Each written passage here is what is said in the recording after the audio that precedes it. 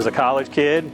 Thought I was doing pretty well in photojournalism, and I was looking for work, and I asked my professor, do you know of any places? And he says, yeah, there's a paper in the Southeast. It's not real big, but they cover 4 college football teams. And I'm like, that's where I want to go. But I thought that sounded pretty good, being mostly a sports photographer in college. I went to San Jose State, finished in May 1988, but I had applied for the Independent Mail well before in October, and I kept sending clips, and then in mid-April, photo editor called me up and said, we like your stuff, how soon can you get here? And what had happened was one of my references was a friend of the editor at the Independent Mail, and they gave him a good recommendation, and that's all it took. And so I packed up my 1987 Dodge Colt with no air conditioning, by the way, and headed across the country. It's really nice to get here and start working and do the things you love to do and take pictures and document things and just try to be artistic, but with photojournalism. When I was 6 years old, I wanted to be a cartoonist. I totally admired Charles Schulz and Peanuts, and I'd copy the art. And then I got into more real kind of art, painting and different kinds of art. And then I saw photography as a more real kind of art that you can make prints and keep your negatives and still make more. So I thought that was pretty good. But I also like sports, so I got to go to sporting events if I took pictures, and I like the outdoors. But when I got here, it didn't take very long to meet a guy who had been here for a while, and people knew him, and is very admirable because he knew a lot of people. I had met Paul Brown, and Paul had done video and film for the TV stations, and he also did still images for the newspaper and then radio. He's really the original multimedia journalist before we were calling it that. It's easy to admire that because, you know, as journalists, we always look around at our fellow journalists at the same scene and we say, what are they doing? You better pay attention to what they're doing because maybe they see something that I don't see. And that's just being smart. You pick up stuff, oh yeah, I'm glad I saw him doing that. And so Paul's like that. You watch how he handles people. He's legendary. He knows people. That's the thing. So you learn to talk to people and then take pictures. Think about it. Really, most of the time we aren't really taking pictures. Most of the time we're getting a position where you see a good angle, or just scouting it out, or talking to people. If the people aren't comfortable that you're around, it's going to be a lot harder to get a better picture. And the 2 first words they teach you in journalism class when you're a freshman is be fair and be accurate. Like if you see something that just doesn't really fit the story, you don't force that. That's not really nice anyway. You shouldn't make something that isn't. I always thought I wanted to be a Sports Illustrated photographer, and all I'd have to do was sports and show up to events. And then you realize doing that it's so one-sided. And when I learned if I wanted to be a newspaper photographer or any kind of journalist photographer, I would have to do other things, people things.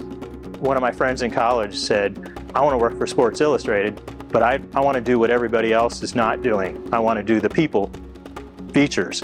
And I always remember Steve Alden telling me that. But Steve taught me that, it's good to do other things.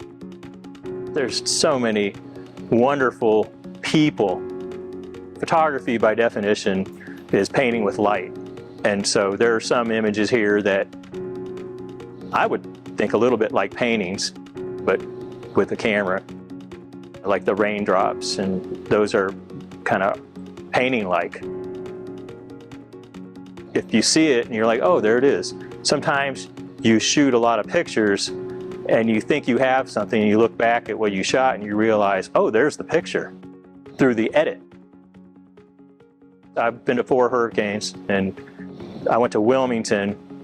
I think it was Florence. We were swapping teams because we'd been there 3-4 days, and the new team was coming in from Myrtle Beach up the coast, and Hurricane Florence was still coming through from Wilmington toward Columbia. And the photographer from USA Today, he's Jack Gruber, he said the only way back you can really get back, and I think it's still pretty good, it's only a foot deep of water, but is going down toward Myrtle Beach, but you have to follow the hurricane to get out. And I said, that's what we're gonna do.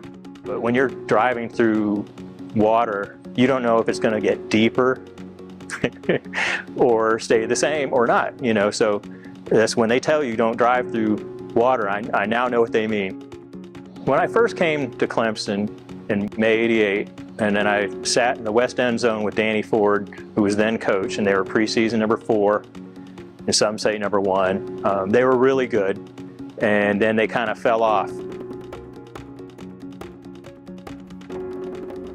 There's one picture here, Hunter Renfroe catching, the winning catch in Tampa, and I always remember when they did that, there were 2 photographers with me, and one could be on the field, and they said I couldn't be on the field, couldn't have a vest. And I said, well, can I shoot from the stands? And they said, oh, yeah, I guess you can. Okay, so I got shot from the stands the whole game.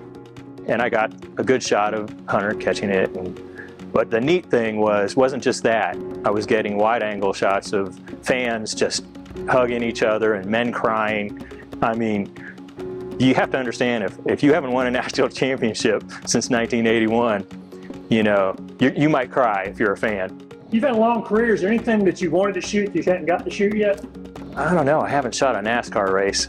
Believe it or not, I've shot events where NASCAR drivers are there, like Dale Jr. and Dale Sr. at signing autographs together. I'm standing as close to me to you with those 2, and wonderful. They're great people, and it was just, those are neat moments. Those are people moments. Doesn't have to always be the action.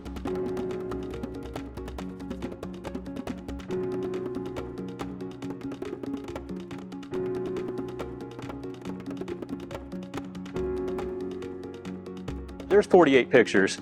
Paul again, he's the one who asked me, what do you think about doing an art show? And I'm like, well, I would have never done it myself.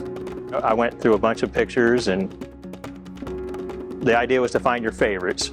And there are ones that I've shot that did well, but I didn't like them.